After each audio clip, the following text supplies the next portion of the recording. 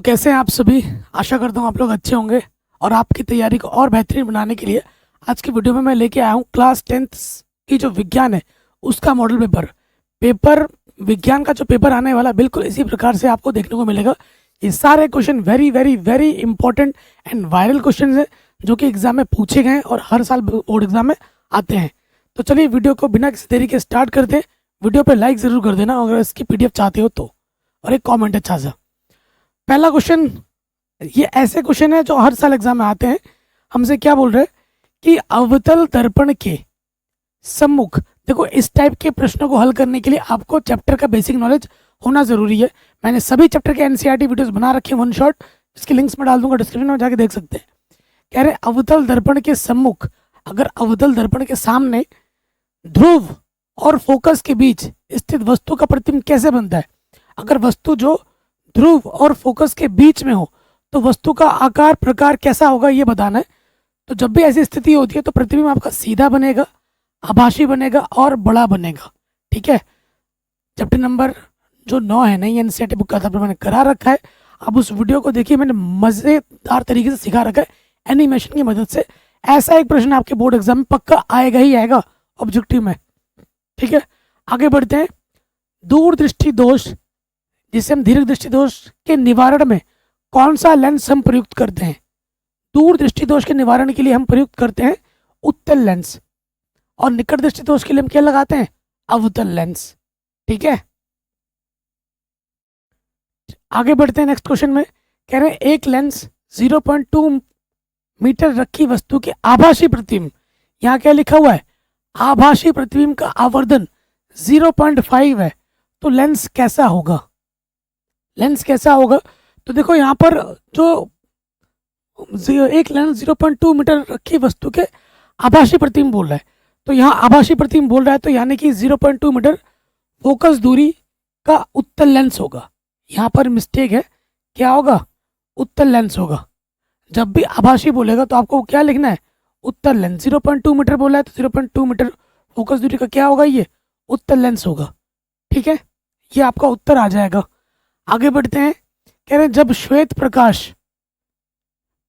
कांच के प्रिज्म से होकर गुजरता है तो प्रिज्म के आधार की ओर अधिकतम झुकी हुई प्रकाश किरण का रंग कैसा होगा। तो कैसा होगा, बैनी आ पीनाला, बैनी आ पीनाला। तो अधिकतम पूछा है तो ऑप्शन नंबर डी सही हो जाएगा। बैगनी सबसे टॉप पे आता है, सबसे न्यूनतम बोलता तो लाल होता, बैनी आ पीनाला। ये नियम आप जानते होंगे। अगला क्वेश्चन है, कह रहे R1 व R2 प्रतिरोधों के दो तार इस क्रम में जोड़े गए हैं, समांतर क्रम में जोड़े जाते हैं, तो इनका तुल्य प्रतिरोध क्या होगा। समांतर क्रम में क्या होता है, तुल्य प्रतिरोध अगर R है 1/R क्या होगा, 1/R1 प्लस 1/R2। लॉसअपा क्या आ जाएगा, R1 R2, इसकी गुणा इसके साथ R2 और इसकी गुणा इसके साथ R1, 1/R। पलट दो, R बराबर क्या हो जाएगा, R1 गुणा R2 बट्टे में आ जाएगा R1 प्लस R2। तो ये होगा तुल्य प्रतिरोध, ये होगा तुल्य प्रतिरोध। तो देखो आपका जो ऑप्शन सही हो जाएगा वो सही हो जाएगा पहला वाला और तीसरा वाला। कह रहे बिजली का बल्ब का फिलामेंट किसका बना होता है। आसान सा प्रश्न है, तो टंगस्टन का बना होता है। तो बिजली का जो फिलामेंट बना होता है वो किसका बना होता है मेरे भाइयों, टंगस्टन का बना होता है। ठीक है, आगे बढ़ते हैं। वैद्युत सेल में रूपांतरण किस प्रकार होता है। तो वैद्युत जो सेल होता है वो रासायनिक ऊर्जा को वैद्युत ऊर्जा में परिवर्तित करता है। वैद्युत सेल क्या करता है, आपने बैटरीज देखी होंगी ना, बैटरीज लगाते हैं, बैटरी में क्या होता है, रासायनिक ऊर्जा होती है, वो उसको कन्वर्ट करता है वैद्युत ऊर्जा में। ऐसे दबाते हो फिर तो जल जाता है, तो रासायनिक ऊर्जा को बनाता है वैद्युत ऊर्जा में। कह रहे रासायनिक अभिक्रिया आपको देखनी है, यहाँ पर Y का मान क्या होगा ये आपको बताना है। तो इसका एक ट्रिक है, इधर जितने होते हैं उधर भी उतने होते हैं। सो देखो यहाँ पर 2Fe है, यहाँ पर भी 2Fe, 2Fe से 2Fe काट दो। ठीक है, यहाँ पर क्लोरीन 1 और इधर क्लोरीन 2, तो क्लोरीन 3 इधर कट गया, काटो। उसके बाद यहाँ देखो हाइड्रोजन कितना है, 4 हाइड्रोजन, इधर भी आपका 4 हाइड्रोजन है, काट दिया। ठीक है, तो फिर हमारे पास क्या है, हाइड्रोजन 4 हो गया। इधर ऑक्सीजन कितना है, 2 है, इधर ऑक्सीजन कितना है, 4, तो 2 माइनस कर दो, 2 बचा और H बच गया। तो क्या बचेगा, Y। वाई आपका होगा SO2, वाई आपका क्या होगा SO2, ऐसे निकाला जाता है, कोई रटने का सिस्टम नहीं है। ठीक है, आगे बढ़ते हैं। कह रहे निम्नलिखित में कौन सा अम्लीय लवण है? तो अम्लीय लवण क्या होता है? NaHSO4, सल्फेट यहाँ आ रहा है, ठीक है, सोडियम हाइड्रोजन सल्फेट, ये हमारा क्या है? ये एक अम्लीय लवण है, अम्लीय लवण है। अगले प्रश्न में आ जाओ। मैट में मुख्यतः क्या होता है? तो मैट में मुख्यतः होता है CuS और FeS। मैट में मुख्यतः क्या होता है? CuS और FeS होता है, इनके मिश्रण से बनता है मैट। कह रहे निम्नलिखित रासायनिक समीकरण को पूरा कीजिए। यहाँ पर हम क्या लें और उसको PCl5 से मिलाएं कि हमें ये प्रोडक्ट मिले। तो हमें क्या लेना होगा? CH3COOH लेना होगा। यहाँ क्या लेना होगा? CH3COOH। जब इसमें हम PCl5 मिलाएंगे तो हमको मिलेगा CH3COOCl POCl3HCl। ठीक है, ये शानदार क्वेश्चन है, एग्जाम में बार बार आते हैं और ये सारे क्वेश्चन पिछले साल बोर्ड एग्जाम में पूछे गए हैं प्रश्न। उभयधर्मी ऑक्साइड क्या होता है? परिभाषा भी आ जाता है, 1 नंबर पे 2 नंबर में आता है। उभयधर्मी ऑक्साइड किसे कहते हैं? उदाहरण से समझाइए। तो उदाहरण क्या है? ये जो फेमस उदाहरण है Al2O3, ये हमारा उभयधर्मी ऑक्साइड होता है। ठीक है, उभयधर्मी ऑक्साइड किसे कहते हैं? जिसमें अम्लीय और क्षारीय दोनों के गुण, दोनों से अभिक्रिया करता है ये। ठीक है, इसका प्रॉपर सूत्र वगैरह परिभाषा एग्जाम में लिखने के लिए आता है। प्रोपेन, प्रोपेन यानी कि ये एल्केन समूह का मेंबर है, जिसका सूत्र होता है CnH2n+2। प्रोप बोला है तो प्रोप में कार्बन कितने होते हैं? 3 होते हैं। n की जगह पे आप 3 रख दो, 3 रखोगे 3 दूनी 6 हो जाएगा, 6 और 2 8, C3H8 होगा। क्या होगा प्रोपेन का रासायनिक सूत्र?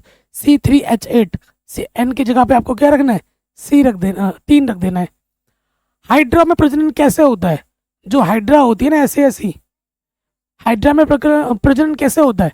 मुकुलन द्वारा होता है ना। यहाँ से मुकुलन निकलते हैं और वो फिर अलग होकर एक नई प्रजाति बना लेते हैं, मतलब नया जीव बना लेते हैं। तो हाइड्रा में जो प्रजनन होता है वो मुकुलन के द्वारा होता है। किसके द्वारा होता है? मुकुलन के द्वारा होता है। कह रहे पाइरूवेट के विखंडन की प्रक्रिया संपन्न कहाँ होती है? तो कोशिका द्रव्य में होती है। पाइरूवेट की विखंडन की प्रक्रिया कहाँ पर पूरी होती है?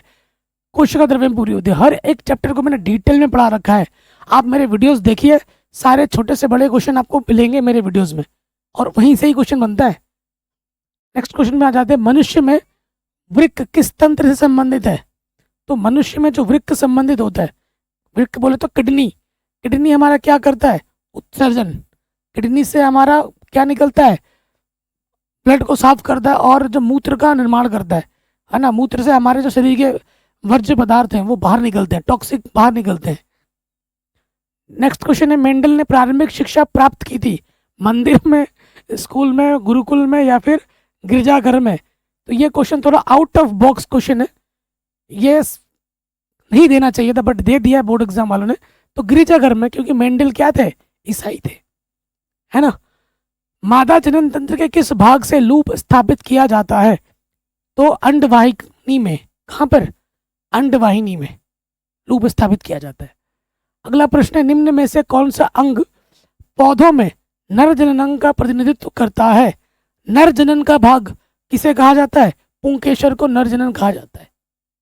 ठीक है, पुष्प का नामांकित चित्र, अनुदैर्घ्य रेखा का नामांकित चित्र बनाने के लिए एग्जाम में आता है। ठीक है, तो जो नर जनन का काम करता है वो पुंकेसर करता है। अगला क्वेश्चन है, निम्न में से कौन सा पर्यावरण मित्र व्यवहार कहलाता है? तो बाजार जाते समय खरीदे गए सामान को रखने के लिए कपड़े का थैला ले जाना, बिल्कुल सही। अनावश्यक रूप ऊर्जा खर्च बचाने के लिए लाइटों और पंखों का स्विच बंद कर देना, ये भी होगा। वाहन के बजाय विद्यालय पैदल जाना, ये भी होगा। तो ऑप्शन नंबर डी सही होगा, उपयुक्त सभी, उपयुक्त सभी सही हो जाएगा। अगले प्रश्न में आ जाते हैं। ये जो प्रश्न है न्यूमेरिकल प्रश्न है, ठीक है, ये आता है बड़े नंबर में, 5 नंबर में। ठीक है, ये मैं सॉल्व करके लेके आया हूँ क्योंकि मैं आपको इसका पीडीएफ देना चाहता हूँ। पीडीएफ आपको मिल जाएगा, अगर इस वीडियो पे आप 1000 लाइक कर दोगे तो मैं पीडीएफ के लिंक डिस्क्रिप्शन में डाल दूंगा, सबको मिल जाएगा पीडीएफ फ्री में। प्लीज़ 1000 लाइक और कमेंट जरूर करें। ठीक है, क्वेश्चन क्या है? लाइक करने में वैसे थोड़ी नहीं लग रहे, लाइक कर दिया करो मेरे भाई। ये क्वेश्चन वेरी इंपॉर्टेंट है, ऐसा क्वेश्चन 1 नंबर, मतलब 1 तो आएगा ही आएगा, 2 भी आ जाता है। इस साल तो देखो पेपर में 2 क्वेश्चन आए थे। एक 10 सेंटीमीटर फोकस दूरी वाले अवतल दर्पण, देखो जब अवतल दर्पण होता है, अवतल दर्पण की फोकस दूरी माइनस में होती है, तो हमको क्या दिया है, अवतल दर्पण की फोकस दूरी क्या दे रखी है, माइनस के 10 सेंटीमीटर, ये मैंने यहाँ लिख दिया। ठीक है, से कितनी दूरी पर एक वस्तु रखी जाए, वस्तु की दूरी पूछ रहा है, वस्तु की दूरी क्या होती है, यू, आपसे यू पूछ रहा है कितनी दूरी पर रखा जाए, यू निकालना है, ताकि उसका 5 गुना बड़ा प्रतिबिंब बने, यानी कि 5 गुना बड़ा, यानी कि आवर्धन दे रखा है, क्या दे रखा है, आवर्धन हमको क्या दे रखा है, 5 दे रखा है, जबकि प्रतिबिंब वास्तविक हो। प्रतिबिंब की स्थिति भी ज्ञात कीजिए। शानदार क्वेश्चन है, बोर्ड एग्जाम में ऐसे क्वेश्चन आते हैं। मैंने सभी चैप्टर के इंपॉर्टेंट वन शॉट वीडियोस बना रखे हैं न्यूमेरिकल्स के, जरूर देख लीजिएगा, वहीं से आता है। ठीक है, तो देखो हमको क्या दिया हुआ है, सबसे पहले तो 10 सेंटीमीटर फोकस दूरी दे रखी है, यह हमने लिख दिया। हमें वस्तु की दूरी निकालनी है यू, हमें आवर्धन दे रखा है 5, आवर्धन का मतलब क्या होता है, एम, ये हमको क्या दे रखा है, 5 दे रखा है, 5 गुना, और ये क्या है, दर्पण, क्या है, दर्पण, दर्पण का जो आवर्धन का सूत्र होता है एम बराबर, वो होता है माइनस के भी बट्टा यू, माइनस के भी बट्टा यू, और एम हमको क्या दे रखा है, 5 दे रखा है, तो मैं यहाँ रख दूंगा 5, एम की जगह पे क्या रख दूंगा 5। मुझे तो वी भी नहीं पता और मुझे यू भी नहीं पता, अब मैं क्या करूँगा, तिरछे गुणा कर दूंगा, ये बट्टे के तरह के गुणे में आ जाएगा 5 यू, और इस माइनस को मैं इधर ले लूँगा, तो v का मान क्या आ जाएगा, माइनस के 5 यू के बराबर। तो यहाँ देखिए क्या लिखा था, 5 गुना बड़ा प्रतिबिंब बने, तो यहाँ पर जो m है, ठीक है, क्योंकि ये फोकस दूरी का अवतल दर्पण से संबंधित प्रश्न है, और जब क्या बोल रहा है, जबकि प्रतिबिंब वास्तविक हो, ठीक है, उस स्थिति में जो हमें m का मान लेना है वो नेगेटिव में लेना है, क्या लेना है, नेगेटिव में। तो इस नेगेटिव से क्या होगा, ये नेगेटिव कट जाएगा, ठीक है, तो v का मान 5 यू आ जाएगा। ओके, ये क्या है मेरे भाई, दर्पण है, तो हम जानते हैं दर्पण का सूत्र, दर्पण सूत्र क्या होता है, 1/f बराबर 1/v प्लस 1/u। ओके, ये सूत्र होता है। f का मान हमारे पास क्या है, माइनस के 10, f के जगह पर हमने माइनस का 10 रख दिया, फिर हमारे पास v का मान क्या है, 5u, ये हमने यहाँ रख दिया, और u के जगह पर u है। अब हमारा लॉस ऑफ क्या आ जाएगा, यहाँ से 5u, 5u से भाग देंगे, एक बार जाएगा 5u, एक कम 5u, एक कम 1, फिर u से भाग देंगे 5, u से u कटेगा 5 आ जाएगा, 5 को 1 से गुणा करेंगे 5 आ जाएगा, तो ऊपर आ जाएगा 5 और 1 6/5u, 6/5u हमारा क्या आ जाएगा, यहाँ हल कर देता हूँ, 6/5u हमें मिल जाएगा 1 माइनस के 10, तो नीचे से कटता है 5 कम 5, 5 दूनी 10, u एक कम u, और 6 दूनी क्या आ जाएगा 12, 6 दूनी क्या आ जाएगा 12 आएगा। देखो अगर u का मान ना हमेशा नेगेटिव में ही आता है, ये ध्यान रखना, अगर आपका u का मान पॉजिटिव आ रहा है तो आपने कैलकुलेशन गड़बड़ की है, आपने गड़बड़ की है। अगर आप m का मान यहाँ पॉजिटिव में लेके चलते तो आपका u का मान कभी भी नेगेटिव में नहीं आता, वो पॉजिटिव में आ जाता, यानी कि गड़बड़ हो जाती। ठीक है, तो u मिल गया, हमसे u पूछा था, तो u क्या होगा, 12 सेंटीमीटर दूर बनेगा, सामने बनेगा बिंब के, है ना, और u का मान यहाँ रख दोगे, u का मान क्या, माइनस के 12, तो v का मान क्या है, 12 पंजे 60, माइनस के 60 आ जाएगा। ठीक है, तो वस्तु को दर्पण से 12 सेंटीमीटर की दूरी पर रखना होगा, ये तो हमने बता दिया, और v का मान भी हमने यहाँ से निकाल दिया। अगले प्रश्न में आ जाओ, इसी टाइप का एक प्रश्न है, या तो वो करना था या फिर ये करना था, आएगा ऐसा एक प्रश्न आपके एग्जाम में पक्का पक्का। ठीक है, क्वेश्चन क्या है, एक उत्तल लेंस हो या दर्पण हो, उसकी फोकस दूरी पॉजिटिव में होती है, फोकस दूरी 50 सेंटीमीटर है, फोकस दूरी क्या दे रखा है, 50 सेंटीमीटर, यानी कि जो f का मान हमको दे रखा है वो क्या दे रखा है, प्लस के 50, क्या दे रखा है, प्लस के 50।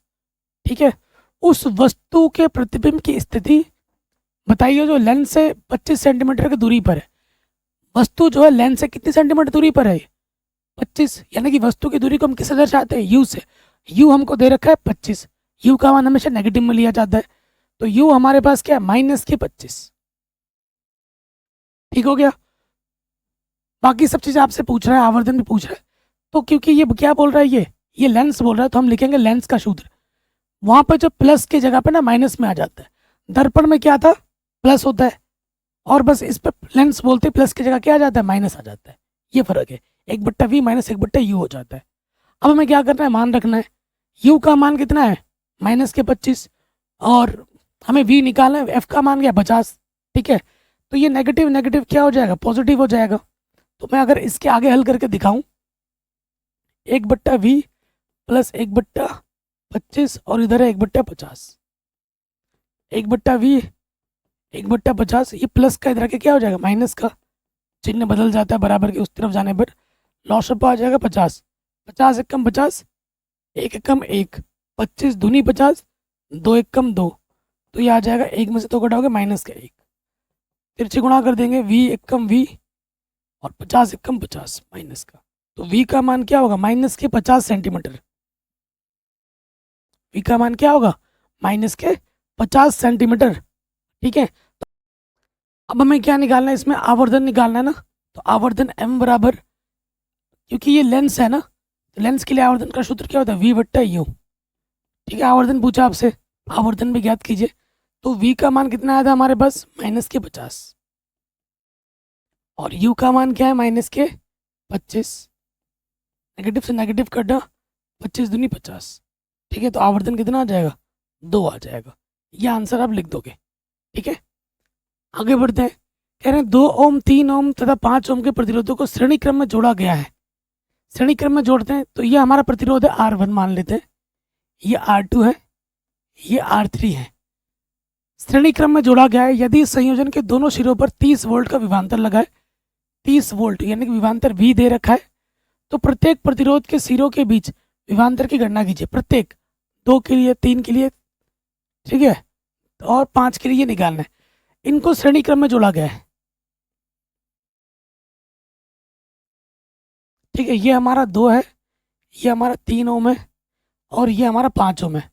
तो तुल्य प्रतिरोध क्या होगा, श्रेणी क्रम में तुल्य प्रतिरोध क्या होता है, सबको एक साथ जोड़ दो।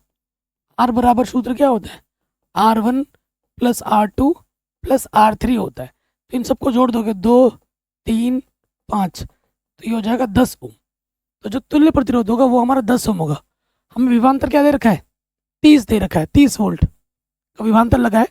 तो इस सर्किट में धारा कितनी बह रही है, तो आप जानते हैं धारा I बराबर क्या होता है V/R।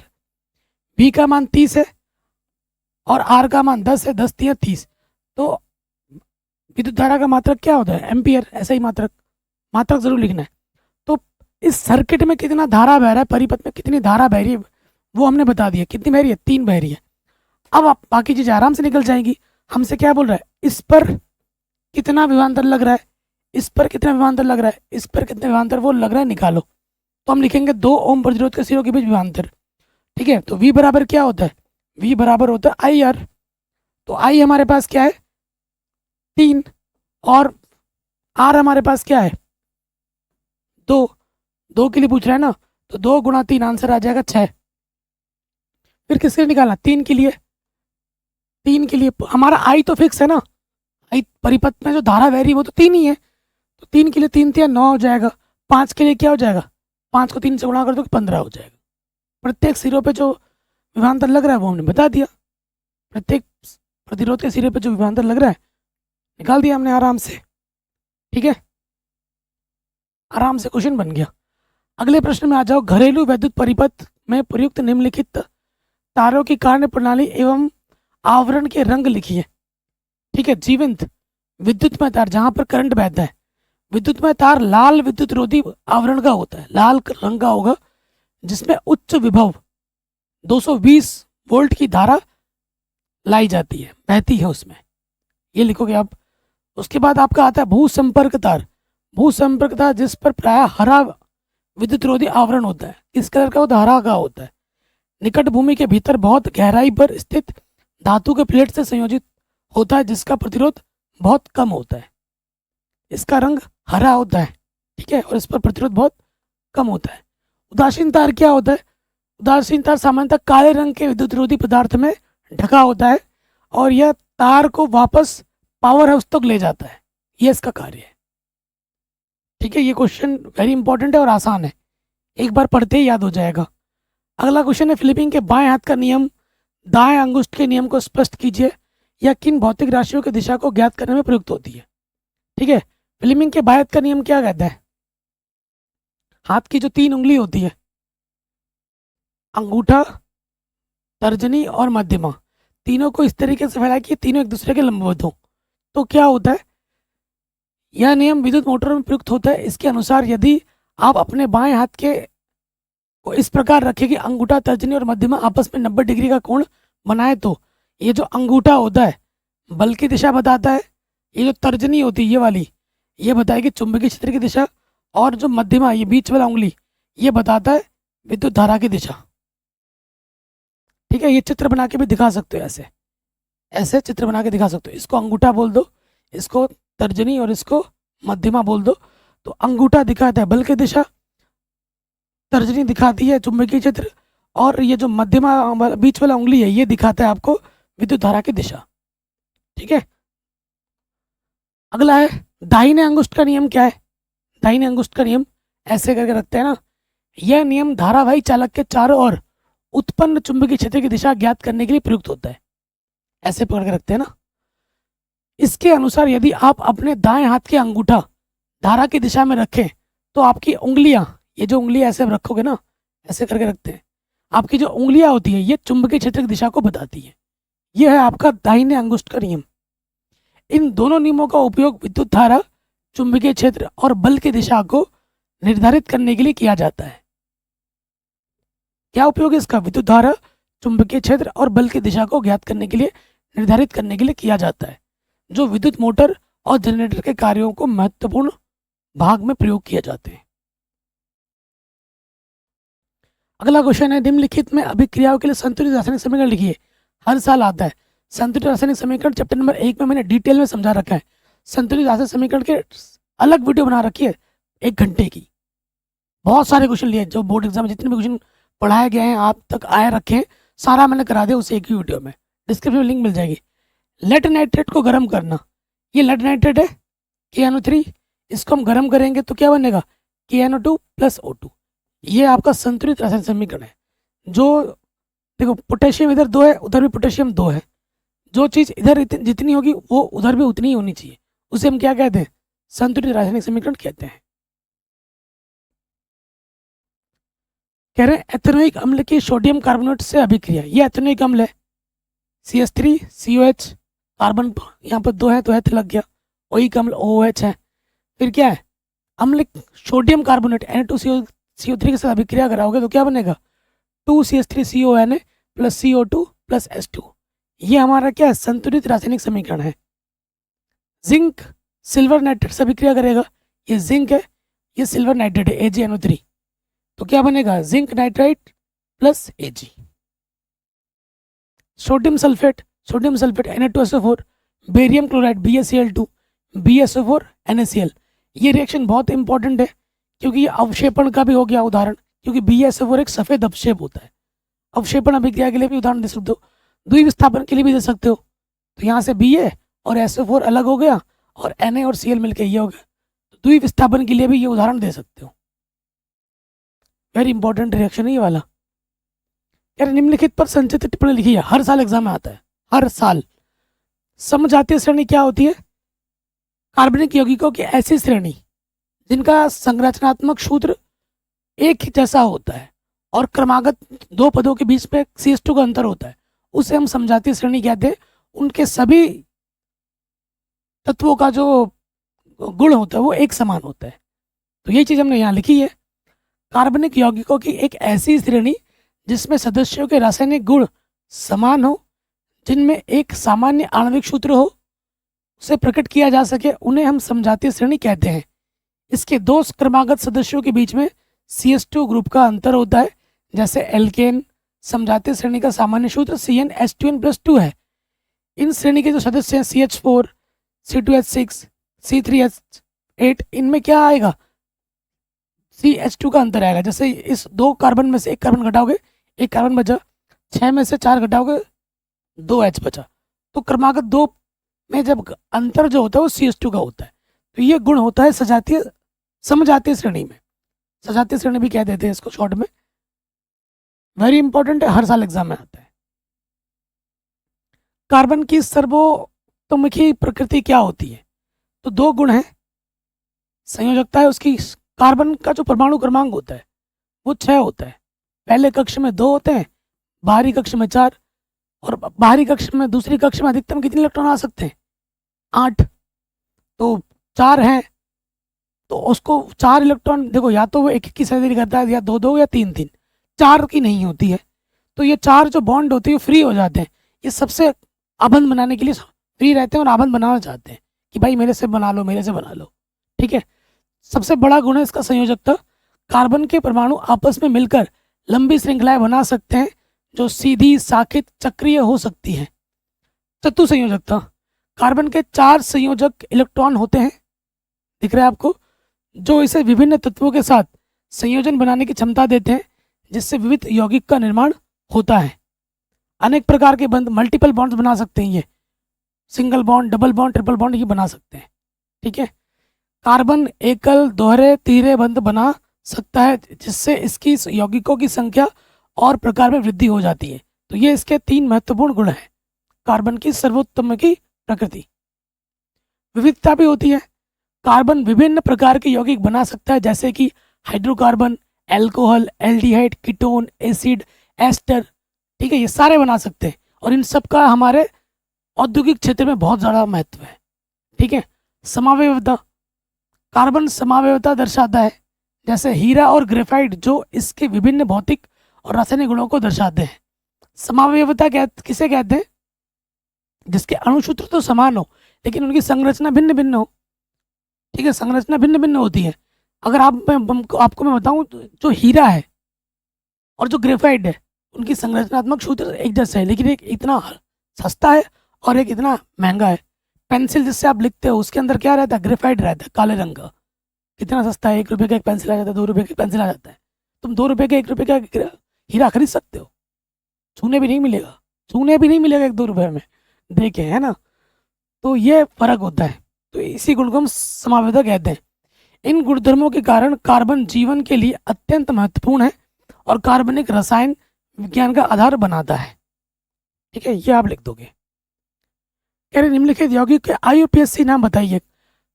एक हफ्ता पहले मैंने एक वीडियो बनाई है 1 घंटा 10 मिनट की, जिसमें मैंने IUPAC नेम को एकदम आसानी के साथ समझाया है। लोग वीडियो बनाते 15-20 मिनट की, बोलते खत्म। नहीं, 15 मिनट में कोई नहीं समझा सकता IUPAC नाम। मैंने बेसिक से एडवांस तक लेके गया हूँ, मस्त सारा कुछ समझा रखा है। उस वीडियो को जरूर देखें। यहाँ पे आ जाते हैं, इसका नाम क्या है? देखो इसमें कार्बन कितने हैं? 2 कार्बन है, तो 2 कार्बन पे क्या लगता है? एथ लगता है। और यहाँ पर OOH है। जब भी OH दिखे यानी कि ओइक अम्ल, अनुलग्न है, पीछे जोड़ दो ओइक अम्ल। ठीक है, तो ये क्या हो जाएगा? एथेनोइक अम्ल, एथेनोइक अम्ल। ये इसका रासायन क्या बोल रहा हूँ, IUPAC नाम है। फिर इसमें आ जाओ, देखो अगर इसको मैं तोड़ के लिख दूँ, ये क्या है हमारे पास? CH3, फिर है CH2, फिर हमारा है CH2,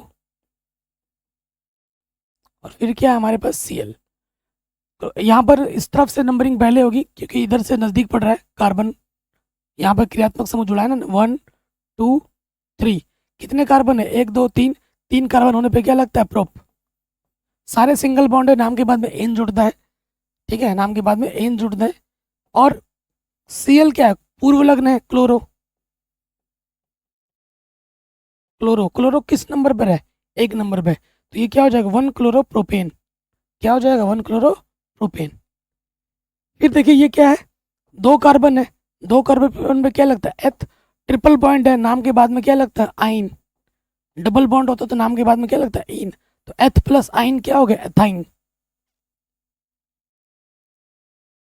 ठीक है जी। कह रहे हैं साबुन क्या है, आपको बताना है साबुन क्या है।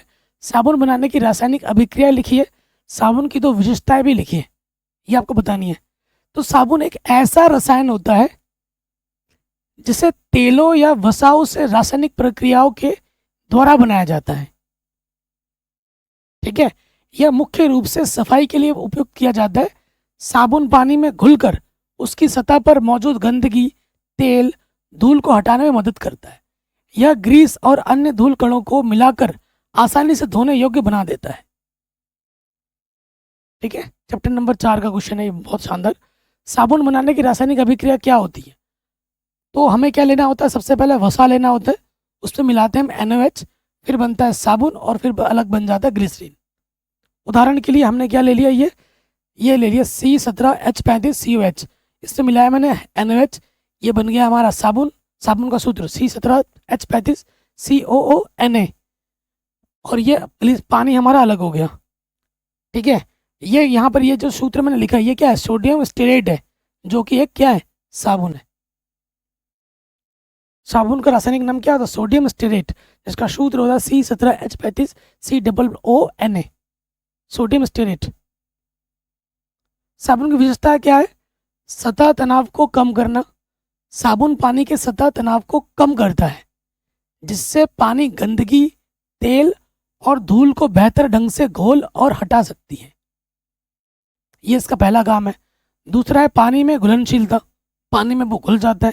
साबुन पानी में घुलनशील होता है और घोल में उपस्थित होने पर माइल्ड एमाइलेस का निर्माण करता है और धूल, तेल, ग्रीस को घेर कर उन्हें हटाने में मदद करता है।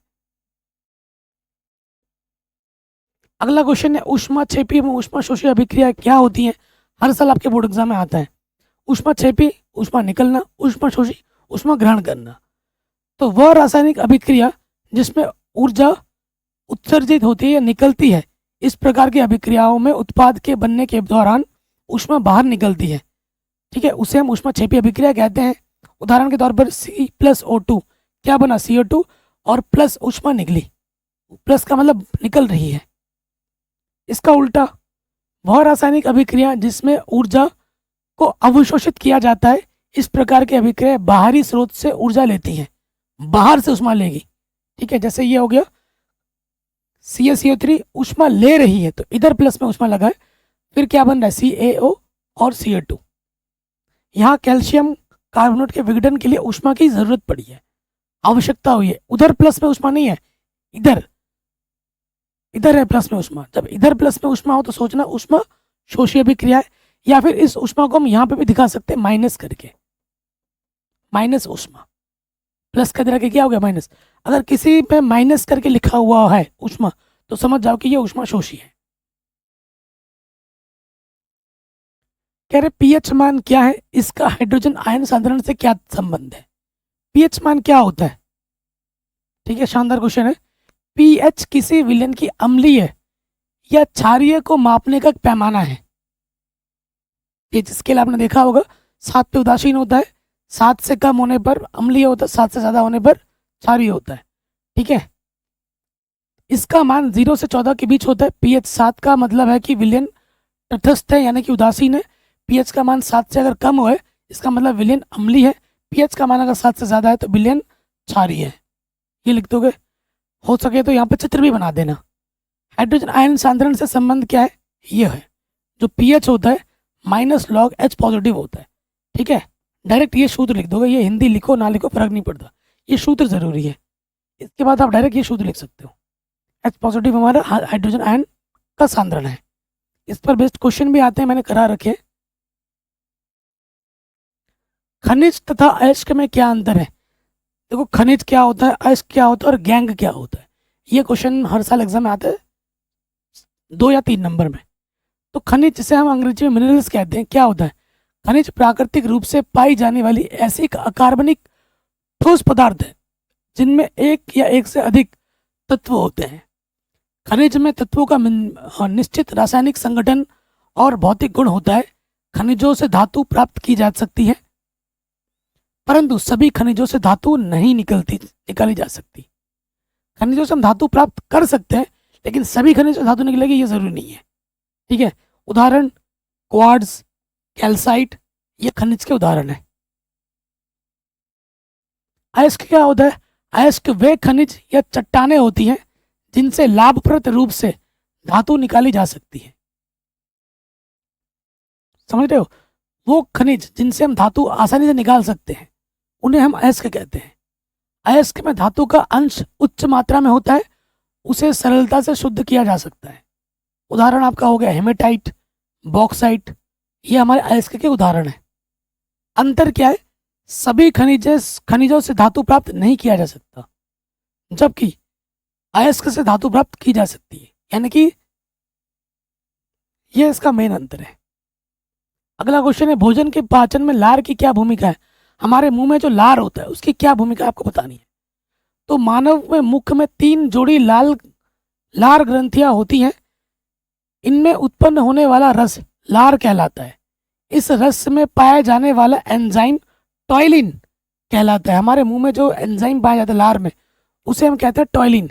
यह एंजाइम भोजन में उपस्थित कार्बोहाइड्रेट को माल्टोज शर्करा में परिवर्तित करता है, जो सरलता से आहार नाल के अन्य भागों में पाचित होता है। भोजन का जो पाचन है ना, वो हमारे मुंह से ही स्टार्ट हो जाता है, हमारे पेट पे जाने से पहले ही। जैसे हमारे मुंह में हम जाते हैं, अगर सपोज करो आपने कोई खाना लिया है, आप खाने को एकदम से हम नहीं निगल सकते। निगल सकते हो क्या? नहीं, आपको चबाना पड़ता है।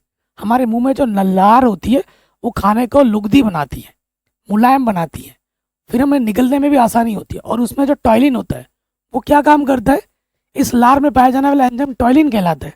ये एंजाइम भोजन में उपस्थित कार्बोहाइड्रेट को माल्टोज शर्करा में तोड़ देता है। मुंह में ही स्टार्ट हो चुका है पाचन, फिर पेट में जाएगा, फिर और होगा। ओजोन परत हमारे लिए महत्वपूर्ण क्यों है? क्योंकि ओजोन का जो सूत्र होता है वो होता है O3, है ना, आप जानते हैं। ओजोन क्या करता है? हमारे पे जो पराबैंगनी अल्ट्रावायलेट रेज होती है उसको पृथ्वी पे आने से रोकता है। अगर वो रेज आनी शुरू हो गई, ठीक है, हमें स्किन कैंसर हो सकता है, कई प्रकार के डिजीज हो सकते हैं, उसके साथ साथ ग्लोबल वार्मिंग बढ़ जाएगा, बहुत सी चीजें हो सकती हैं। तो वायुमंडल के ऊपरी स्तर पर अवस्थित ओजोन परत सूर्य से आने वाले पराबैंगनी विकिरण से पृथ्वी एवं इसके जीवों को सुरक्षा प्रदान करती है। एक सुरक्षा कवच है। स्वपरागण और परपरागण में विभेद बताइए, अंतर बताना है। जब परागण क्रिया एक ही पादप के नर और मादा जनन अंगों तक सीमित होता है, एक ही पौधे में ही होगा, तो उसे हम स्वपरागण कहते हैं। एक पौधे के ही नर और मादा भाग में हो रहे तो स्वपरागण है। इसके विपरीत जब परागण क्रिया में 2 अलग अलग पौधे के जननांग सम्मिलित हों, इसे परपरागण कहते हैं। उदाहरण के लिए, यदि एक पुष्प के परागकोश दूसरे पुष्प के वर्तिकाग्र पर पहुंचते हैं तो उसे हम परपरागण कहते हैं। एक से दूसरे पौधे में जब होगा ना तो परपरागण है, एक ही पौधे में सब कुछ हो रहा है तो वो स्वपरागण है। सिंपल सी बात है। परिवार नियोजन की किन्हीं 2 स्थायी विधियों का संक्षिप्त टिप्पणी लिखी है। नसबंदी, ठीक है, पुरुषों में नसबंदी करा दी जाती है। एक मिथ है कि पुरुष सोचते हैं कि अगर नसबंदी करा दी जाए तो वो आगे चलकर कभी भी वो नहीं कर सकते, ठीक है, जो उनका जो पेनिस है वो कभी इरेक्ट नहीं हो सकता। तो ये सबसे बड़ा मिथ है, ऐसा नहीं होता, ठीक है, ऐसा कभी नहीं होता। ये एक प्रोसीजर है जिसमें जो आपका वीर्य होता है वो नहीं निकलता, बाकी सारी चीजें टनाटन होती है। तो ये मिथ अपने दिमाग से निकाल दीजिए। पुरुष नसबंदी, इस प्रक्रिया में पुरुषों के शुक्राणु नलिकाओं को बांध या काट दिया जाता है, ठीक है, जिससे शुक्राणु वीर्य में प्रवेश नहीं कर पाते। शुक्राणु जब वीर्य तो बनता है लेकिन उस वीर्य में क्या नहीं जाते? शुक्राणु नहीं जाते, उसी से तो बच्चा बनेगा, बेबी आता है।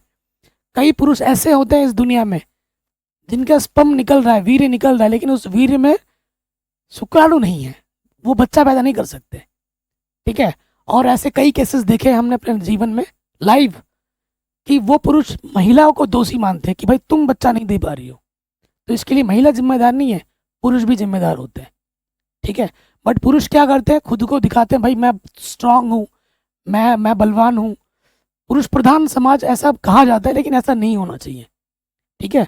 तो हॉस्पिटल में जब जाओ तो अपने बीवी को ब्लेम करने से पहले खुद का टेस्ट करा लो, ठीक है, उसके बाद अपने बीवी को ब्लेम करो, ठीक है। तो गर्भाधारण की संभावना समाप्त हो जाती है। यह एक सरल और सुरक्षित प्रक्रिया है। ओके, नेक्स्ट, महिला नसबंदी। इसमें महिलाओं के फेलोपियन ट्यूब को बंद या काट दिया जाता है, जिसमें अंडाणु शुक्राणु या मिलन नहीं हो पाता और गर्भधारण की संभावना समाप्त हो जाती है, ठीक है। तो महिला के फेलोपियन ट्यूब को काट या बांध दिया जाता है और फिर आगे का प्रोसीजर ही नहीं हो पाता, तो फिर महिला कभी प्रेग्नेंट आगे नहीं हो पाती। इन्हीं 2 पादप हार्मोन के नाम एवं उसके कार्य लिखिए। तो है ऑक्सिन, एक लिखा मैंने एथिलीन। ये सब मैंने चैप्टर्स में पढ़ा रखा है, सिखा रखा है। यह पादप हार्मोन पौधों के विकास को प्रोत्साहित करता है। ये जो ऑक्सिन होता है ना, पौधों के बढ़ने में सहायक करता है। यह तने और जड़ों की लंबाई बढ़ाने में, शाखाओं और पत्तियों की वृद्धि को नियंत्रित करने में मदद करता है। कौन? ऑक्सीन। एथिलीन क्या करता है, ये गैसीय पादप हार्मोन है, गैसीय रूप में रहता है, जो फल के पकने और पत्तियों के झड़ने में मदद करता है। कौन? एथिलीन। पौधों में रंध्रों की उपयोगिता का उल्लेख कीजिए। कोई पौधा लोगे, कोई पत्ता लोगे तो उसमें रंध्रावकाश होते हैं, छेद छेद लिखते हैं, खुली आंखों से नहीं दिखा, माइट्रोस। हमारे शरीर में भी छेद है, अगर छेद नहीं होता तो पसीना कहाँ से आ रहा है? ठीक है, तो रंध्र का क्या कार्य होता है? गैसों का आदान प्रदान करना, पहला काम। रंध्र जिसे हम स्टोमेटा, पौधों में गैस का आदान प्रदान करते हैं। प्रकाश संश्लेषण के लिए आवश्यक कार्बन डाइऑक्साइड को अंदर लेने और ऑक्सीजन को बाहर निकालने का काम कौन करता है? रंध्र करता है। क्योंकि पौधे अपना खाना कैसे बनाते हैं? प्रकाश संश्लेषण की क्रिया द्वारा बनाते हैं। पौधे स्वपोषी में आते हैं, तो वो क्या करता है? रंध्र कार्बन डाइऑक्साइड को लेता है और ऑक्सीजन को छोड़ने में मदद करता है। कौन? रंध्र। जल वाष्पन, रंध्र पौधों में वाष्पोत्सर्जन प्रक्रिया के द्वारा अतिरिक्त जल को वाष्पिक रूप में वायुमंडल में भेज देता है। मानव में वृक्काणु की रचना तथा क्रियाविधि लिखिए। यह वृक्काणु की रचना, ठीक है, ये आप देख पा रहे हैं, ये क्या है? बोमेन संपुट है। ठीक है, ये क्या है हमारी? ये वृक्क धमनी की शाखा है। ये हमारी क्या है? संग्राहक वाहिनी है। ठीक है, ये क्या है? वृक्काणु का नलिकाकार भाग है। ये हमारा क्या है? वृक्क शिरा का शाखा है। ये हमारा क्या? वृक्क की धमनी है। ये सारा चित्र बनाने के लिए एग्जाम में आता है और फिर इसका पूरा कार्य प्रणाली आपको लिख के बताना है। ठीक है, तो एक बोमेन संपुट दिखाना है प्रॉपर, ठीक है, और एक लंबी नलिका होती है जिसको हमें दिखाना है प्रॉपर। ये चित्र बनाओगे और इसकी कार्य प्रणाली को डिटेल में लिखोगे। क्या होता है? रुधिर रीनल धमनी में बहुत उच्च दाब पर बहता है, जिससे ग्लोब्यूलस की पतली दीवारों में रुधिर क्षमता रहता है। ठीक है, ये देख रहे हो, ये देख रहे हो, यहाँ पर तेजी से खून आएगा, हाई स्पीड से, फिर यहाँ पर खून आके इन धमनियों में क्या होता है? छनता है, छन्नी का काम करता है, उसको छानता है। रुधिर कोशिकाएं और प्रोटीन कोशिकाओं में ही रहती है, जबकि जल की अधिकांश मात्रा घुले हुए खनिज बोमेन संपुट द्वारा छान दिए जाते हैं। हमारा ये जो बोमेन संपुट है उसके द्वारा क्या किया जाता है? इसको छान दिया जाता है। इस निस्यंद में वर्ज्य पदार्थ जैसे यूरिया के साथ साथ लाभदायक पदार्थ जैसे ग्लूकोज आदि उपस्थित रहते हैं। इनके अतिरिक्त जल की अतिरिक्त मात्रा जो शरीर के लिए उपयोगी नहीं होती है वह भी होता है। ठीक है, इसीलिए कहा जाता है कि पानी ज़्यादा पियो। देखो, जितना ज़्यादा पानी पियोगे आपके शरीर का फिल्ट्रेशन अच्छा होगा, टॉक्सिन जो होता है वो पेशाब के द्वारा बाहर निकलता रहता है। तो ये सारा काम करता है ये, समझ रहे हो?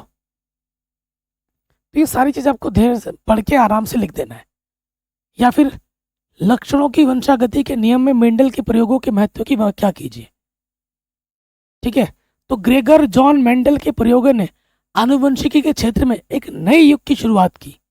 उनके प्रयोगों ने लक्षणों की वंशागति के नियमों को स्पष्ट किया और यह समझने में मदद की कि आनुवंशिक गुण एक पीढ़ी से दूसरी पीढ़ी में स्थानांतरित होते हैं। जैसे हमारी जो शक्ल है हमारे पापा से मम्मी से मिलती है, या फिर हमारे दादा दादी से मिलती होगी, या फिर हमारे मामा मामी से मिलती होगी, तो एक पीढ़ी से दूसरी पीढ़ी में हमारा ये गुण चलता जाता है। इसकी पुष्टि किन्होंने की थी? ग्रेगर जॉन मेंडल ने की थी। मुख्य बिंदु क्या है? मूलभूत सिद्धांत। मेंडल ने मटर के पौधों पर प्रयोग किए और पाया कि आनुवंशिक गुण विशिष्ट इकाइयों जीन के माध्यम से एक पीढ़ी से दूसरी पीढ़ी में स्थानांतरित होते हैं। किसके माध्यम से? जीन के माध्यम से। ये मूल सिद्धांत है। फिर दूसरा नियम है आणविक निस्संदरण का नियम। उन्होंने पाया कि प्रत्येक जीन के दो रूप होते हैं, एक पिता से और एक माता से प्राप्त होता है। इसमें से एक प्रमुख और दूसरा अप्रमुख होता है। ठीक है, तो कभी कभी होता है कि हमारी शक्ल पिता से पूरी मिल जाती है, कभी कभी माता से मिल जाती है, तो कोई एक प्रभावी होगा, दूसरा अप्रभावी होगा। स्वतंत्र संगमन का नियम। मेंडल ने यह भी पाया कि विभिन्न लक्षण स्वतंत्र रूप से अगली पीढ़ी में स्थानांतरित होता है, यह मानते हुए कि उनके जीन एक दूसरे से स्वतंत्र होते हैं। ठीक है, मैंने छोटा छोटा करके लिखा है। आनुवंशिकता की गणितीय व्याख्या। उनके प्रयोगों ने आनुवंशिकी को गणितीय रूप से समझने का मार्ग प्रदर्शन किया, जिससे आनुवंशिक पूर्वानुमान संभव हुआ। तो ये बताया किसने? ये हुआ आपका लक्षणों की वंशागति के नियम। और ये क्वेश्चन 5 नंबर में हर साल एग्जाम में आता है, हर साल। तो इस वीडियो में भी मैंने इस मॉडल पेपर को मैंने डिटेल में समझा दिया, बता दिया। आशा करता हूँ आपको समझ में ज़रूर आया होगा। इससे पहले मैंने एक मॉडल पेपर और कराया था। मॉडल पेपर से भी ज़्यादा ज़रूरी है आपकी एनसीईआरटी। जब आप एनसीईआरटी पढ़ोगे ढंग से, एनसीईआरटी के पूरा अच्छे से समझो, एनसीईआरटी के प्रश्न बॉक्स वाले लगाने, अभ्यास वाले करने, और उसके बाद विगत वर्षों के प्रश्न पत्र पढ़ने हैं। अगर आपको हमारे एनसीईआरटी मतलब साइंस के नोट्स चाहिए इंपॉर्टेंट एक्सप्लेनेशन के साथ, उसमें ऑब्जेक्टिव सब्जेक्टिव होंगे, वो सिर्फ मात्र 99 रुपये का है, जिसको अगर आपको परचेस करना है तो लिंक्स में डाल दूंगा डिस्क्रिप्शन में, आप परचेस कर सकते हैं। जय हिंद, अपना ख्याल रखें, इस वीडियो को हर जगह शेयर करें।